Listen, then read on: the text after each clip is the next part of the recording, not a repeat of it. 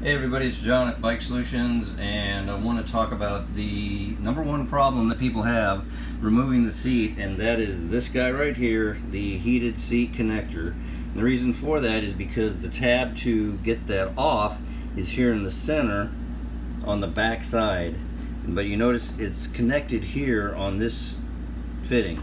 Easy way to get this off is to take your thumbnail and just stick it underneath the bottom of the plug, and there's a little tab there, you'll feel it, and you can just kind of squeeze that like I'm doing. Squeeze it toward the plug, pull it down, and the whole thing comes out.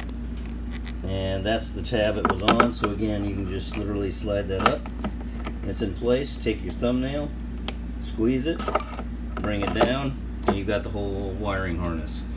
Turn this over, and that right there in the center is the tab that you have to press. You push that, pull up, pull down on the bottom. I might even be able to do it with one hand, or not.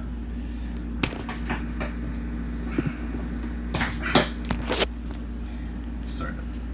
And so now I've just disconnected it, but that's how it comes apart.